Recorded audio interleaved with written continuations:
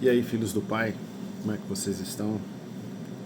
O Pai continua com saudade, aguardando notícias. Manda um oi, tá bom? A reflexão de hoje a gente vai falar sobre João capítulo 12.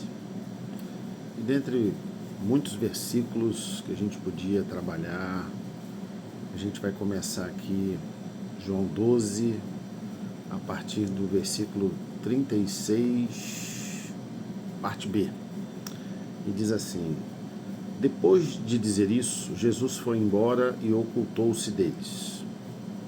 E embora tivesse feito tantos sinais na presença deles, não creram nele, para se cumprir a palavra do profeta Isaías, que diz: Senhor, quem creu em nossa pregação? E a quem foi revelado o braço do Senhor? Por isso, não podiam crer, porque Isaías disse ainda: cegou os olhos deles e endureceu-lhes o coração, para que não vejam com os olhos, nem entendam com o coração, e se convertam, e sejam por mim curados. Isaías disse isso porque viu a glória dele e falou a respeito dele. No entanto, muitos dentre as próprias autoridades creram em Jesus, mas por causa dos fariseus não o confessavam, para não serem expulsos da sinagoga, porque amaram mais a glória dos homens do que a glória de Deus. E Jesus clamou, dizendo: Quem crê em mim, crê não em mim, mas naquele que me enviou. E quem vê a mim, vê aquele que me enviou. Eu vim como luz para o mundo, a fim de que todo aquele que crer em mim não pereça nas trevas. Se alguém ouvir as minhas palavras e não as guardar, eu não o julgo, porque eu não vim para julgar o mundo, e sim para salvá-lo.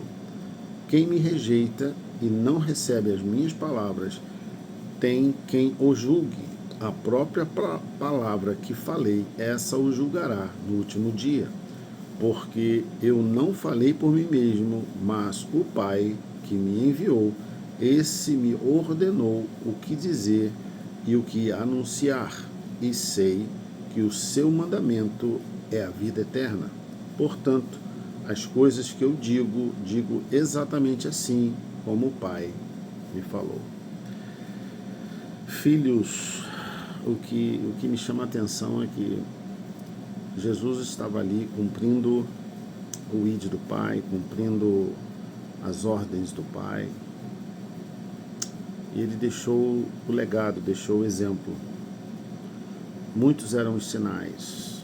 Os próprios doutores, os próprios estudiosos da palavra participavam do Sinédrio. Os grandes, eles mesmos já estavam acreditando em Jesus.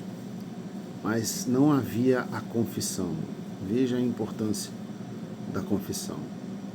Não havia confissão. Por quê? Porque aqueles intelectuais, aqueles sábios, estavam presos à glória do homem.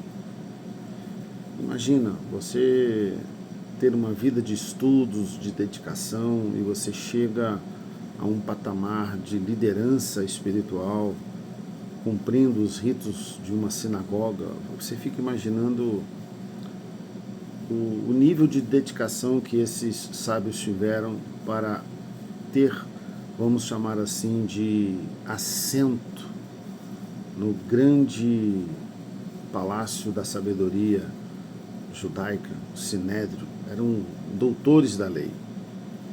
E mesmo assim, com tanta sabedoria, eles não confessaram a Jesus como Cristo, porque se assim o fizesse, os fariseus, vamos dizer, os mais radicais, eles seriam as vozes que expulsariam esses sábios da sinagoga.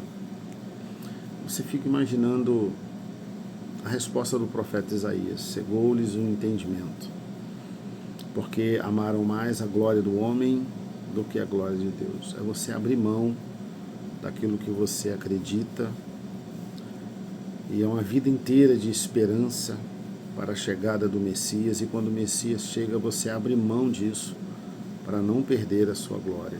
Foi isso que aconteceu. Filhos, a nossa preocupação hoje é: será que isso se repete? Será que eu não confesso a Jesus Cristo porque eu tenho medo do que os outros vão dizer?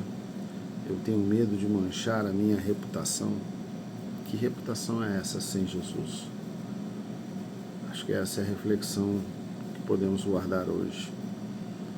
O que é uma reputação sem a presença de Jesus Cristo? E que a presença dele reestruture aquilo que você acredita. Porque a palavra de Deus afirma que sem fé é impossível agradar a Deus.